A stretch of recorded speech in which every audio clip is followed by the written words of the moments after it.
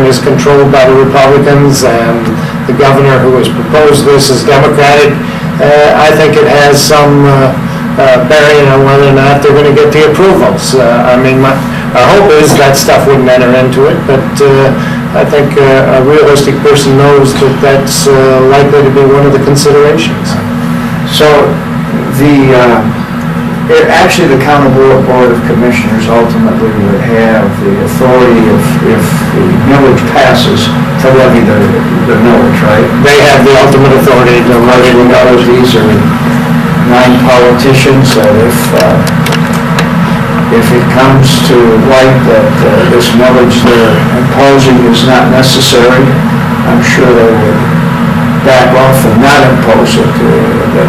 That's politics. Well, I think it's imperative, though, on those of us that support this millage, and those of us that are campaigning for it, to keep them accountable and make sure that they do the right thing. If the millage is not providing for what it said on the ballot and what we said during the campaign, then I think we have an obligation to go down there and yell as loud as we can to make sure that people do the right thing. Okay, now, what exactly, how many people would come under this program, do you figure? Well, Yvonne is on the board of the health plan, and like I say, I think they currently cover 22,000. And we're looking at projecting about 25,000 people that would have the potential of being covered under this plan. And there is constant redetermination because people, of course, they may get a job and they not need this benefit any longer.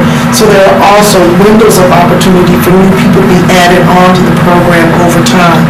So during this 7-year period, we have a tremendous opportunity to enroll a number of individuals who currently don't have the coverage. Now, to make sure watchers understand here, because these are people that have no insurance, no coverage at all.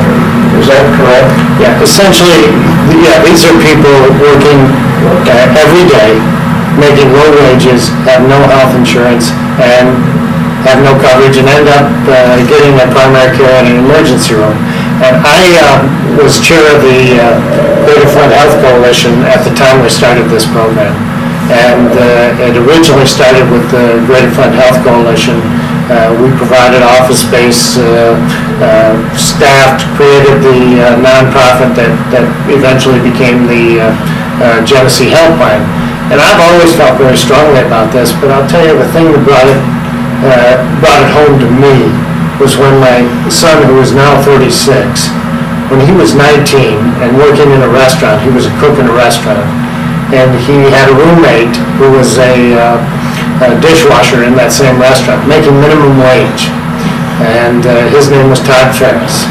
And Todd had no health insurance, but got pneumonia. And Todd went to the doctor, and by the time he paid for the doctor, paid for a prescription and paid for an x-ray to determine that he had pneumonia, he ended up paying $85 out of his pocket. A kid making minimum wage, $85 is a lot of money. And when 2 weeks later, when Todd was supposed to go back to the doctor, like every 19-year-old out there, they think nothing bad is going to happen to a 19-year-old. You're pretty indestructible at 19. And at 19, my son went out one night. Todd was watching TV on the couch. And when he came home, Todd was laying down in front of the couch, and my son tried to wake him up, but he was dead. And I tell people, in this day and age, when we know how to cure pneumonia with antibiotics, 19-year-olds should not die because they can't afford to go to the doctor. And that's why I feel pretty strongly about this program, because I know how devastating that was for my son, for Todd's family. I